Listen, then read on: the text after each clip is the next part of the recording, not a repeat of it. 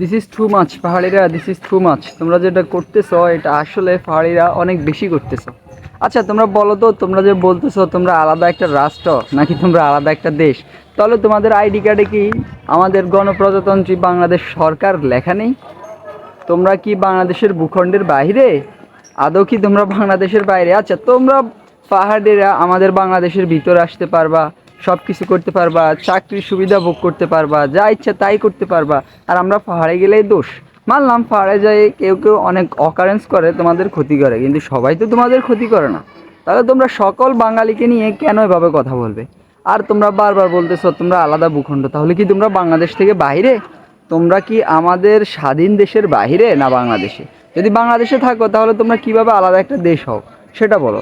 আর একটা কথা, এই যে আমাদের দেশে পাহাড়িরা রয়েছে, পাহাড়িদের খাবার দাবার সব কিছু কি ইন্ডিয়া থেকে আসে, চীন থেকে আসে, নেপাল থেকে আসে? তোমরা বাংলাদেশের সকল সুযোগ সুবিধা ভোগ করো, আবার তোমরা বলতেছো তোমরা আলাদা ভূখণ্ড। তাহলে তোমরা কিভাবে আলাদা ভূখণ্ড হও? আমাকে একটা কথা বললো, পাহাড়িরা তোমরা তো বাংলাদেশের ভিতরে, তোমাদের আইডি কার্ডে গণপ্রজাতন্ত্রী বাংলাদেশ সরকারি লেখা, তাহলে তোমরা বাংলাদেশের বাইরে কি করে হও? তোমরা বাংলাদেশের বাইরে কি করে হও ওটা বলো। বাংলাদেশের ভিতরে যদি তোমরা থাকো, তাহলে বাংলাদেশের ভিতরে থেকে তোমরা কীভাবে বলতেছো তোমরা আলাদা একটা রাষ্ট্র? বাংলাদেশ কি আলাদা একটা রাষ্ট্র নাকি? তোমরা পাহাড়িরাও কি আলাদা একটা রাষ্ট্র? যাই হোক বন্ধুরা, পাহাড়িদের এসব কিছু আসলে মেনে নেওয়ার মতো নয়। পাহাড়িরা অনেক কিছু করতেছে, অনেক দিন যাবৎ অনেকভাবে বাংলাদেশের মানুষকে অনেকভাবে হয়রানি করতেছে। যাই হোক বন্ধুরা, পাহাড়িরা অনেক দিন যাবৎ দেখতেছি অনেক কিছু করতেছে। পাহাড়িরা বারবার বলতেছে তারা যে বাংলাদেশ থেকে আলাদা নাকি। তারা বাংলাদেশের সকল সুযোগ সুবিধা ভোগ করে, বাংলাদেশ থেকে পাঠানো খাবার খায়, বাংলাদেশের ভূখণ্ডেই তারা বসবাস করে, বাংলাদেশের সকল সুযোগ সুবিধা ভোগ করে, তাদের আইডি কার্ডও গণপ্রজাতন্ত্রী বাংলাদেশ সরকার লেখা।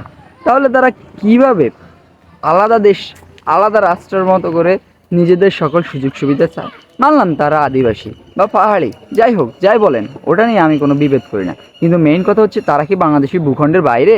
যদি তারা বাংলাদেশি ভূখণ্ডের বাইরে না হয়, তাহলে বাংলাদেশের ভিতরে তারা এসে সকল কিছু করতে পারবে, আর বাঙালিরা পাহাড়ে গেলেই দোষ।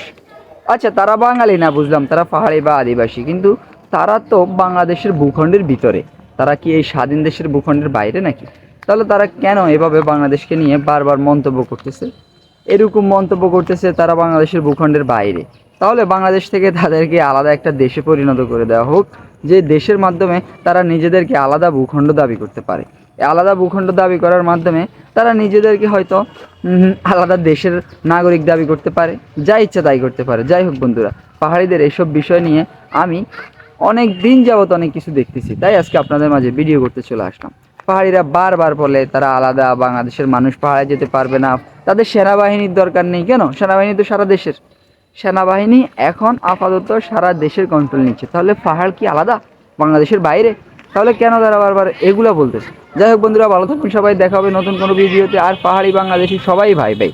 পাহাড়িরা যদি মতবাদ করে তাহলে মতবাদের বিরোধিতা করা আমাদের উচিত, কারণ হচ্ছে যে তারা আমাদের দেশের বাইরের না। যাই হোক ভালো থাকবেন সবাই, খোদা হাফেজ, আসসালামু আলাইকুম ওয়া রাহমাতুল্লাহি ওয়া বারাকাতুহু।